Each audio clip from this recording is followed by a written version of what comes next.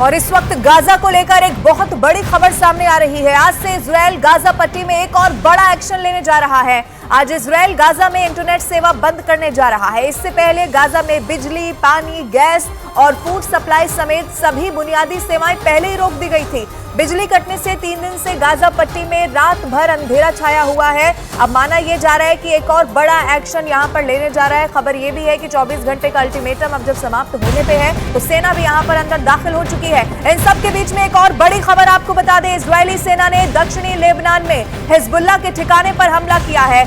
आज सुबह दक्षिणी लेबनान में हिजबुल्लाह के ठिकानों पर ताबड़तोड़ हमले किए गए हैं। इजरायल डिफेंस फोर्स ने कुछ समय पहले अज्ञात विमान की घुसपैठ की कोशिश को नाकाम कर दिया था। ये इस वक्त की सबसे बड़ी खबर है जो हम आपको बता रहे हैं। इजरायली सेना ने दक्षिणी लेबनान में हिजबुल्लाह के ठिकाने पर हमला किया।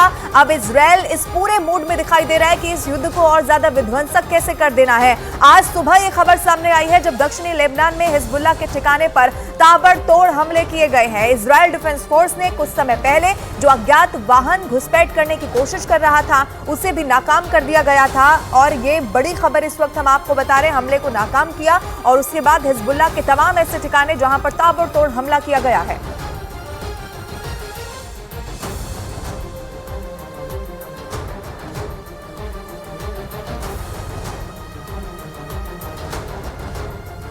और इजरायल फिलिस्तीन विवाद से जुड़ी हुई इस वक्त की एक और बड़ी खबर मिल रही है। सऊदी अरब ने गाजा के लोगों से जबरदस्ती विस्थापन की मांग को खारिज कर दिया है और इजरायल की जमकर आलोचना यहां पर की है। सऊदी अरब के विदेश मंत्रालय ने गाजा में इजरायल के हमले की निंदा की और गाजा पर इजरायल द्वारा किए जा रहे घोषणा को अंतर्राष्ट्रीय कानून का उल्लंघन बता दिया। इजरायल ने गाजा के लोगों को 24 घंटे में गाजा पट्टी खाली करने का आदेश दिया था और समय खत्म होने के बाद इजरायल की सेना गाजा में घुसकर ऑपरेशन कर रही है।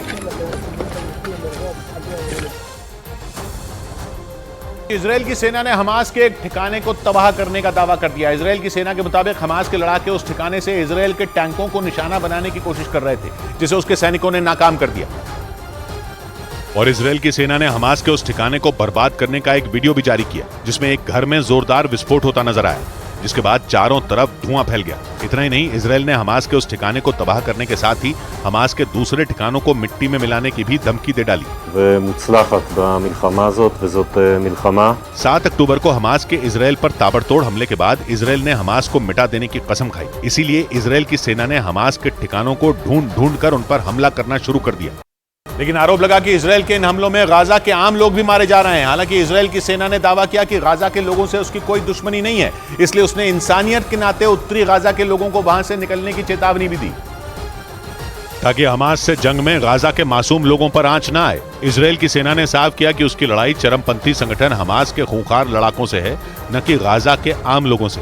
गाजा के नागरिक उसके दुश्मन नहीं है। इजरायल की सेना ने अपने बयान में दो टूक कहा कि वो हमास की तरह क्रूर नहीं है जो बेकसूर लोगों का खून बहाए, इसलिए उसने उत्तरी गाजा के लोगों को इलाका खाली करने को कहा है।